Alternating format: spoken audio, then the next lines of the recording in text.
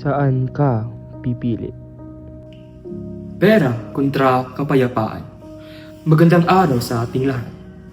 Sa mundong ginagalawan natin ngayon, tila ba'y dalawang bagay ang laging nagbabanggaan. Ang pera at kapayapaan. Ang pera sinasabing nagbibigay ng kapangyarihan, kasaganahan at kaginawaan. Ngunit, kung pagmamasdan natin ito rin ang nagiging ugat ng kamatayan, kasakiman at digmaan. Sa kabilang banda, ang kapayapaan, payak, tahimik, ngunit higit na mahalaga, sapagkat ito ang pundasyon ng tunay na kaunlaran. Maraming tao nag-aakalang ang pera ang sagot sa lahat ng problema. Ngunit tanungin natin ang ating sarili.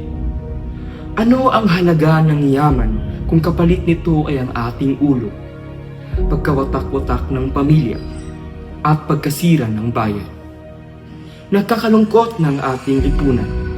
Maraming nagiging handang ipagpalit ang katahimikan kapalit ng pansariling pakinabang.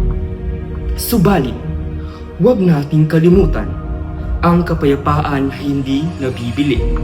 Hindi ito kayang bilhin ng kahit gaano pa kalaking halaga. Ang kapayapaan ay isang biyaya na makakamtam lamang kung may pagkakaunawaan, respeto at pagmamahal. Ang pera ay pansamantala, ngunit ang kapayapaan ay pangmatagalan. Mga kaibigan ko, pumipili tayo araw-araw. Pera ba o kapayapaan? Digmaan ba o pagkakaisa? Kung pipiliin natin ang kapayapaan, hindi lamang tayo nakikinabang, kundi pati ang susunod na henerasyon.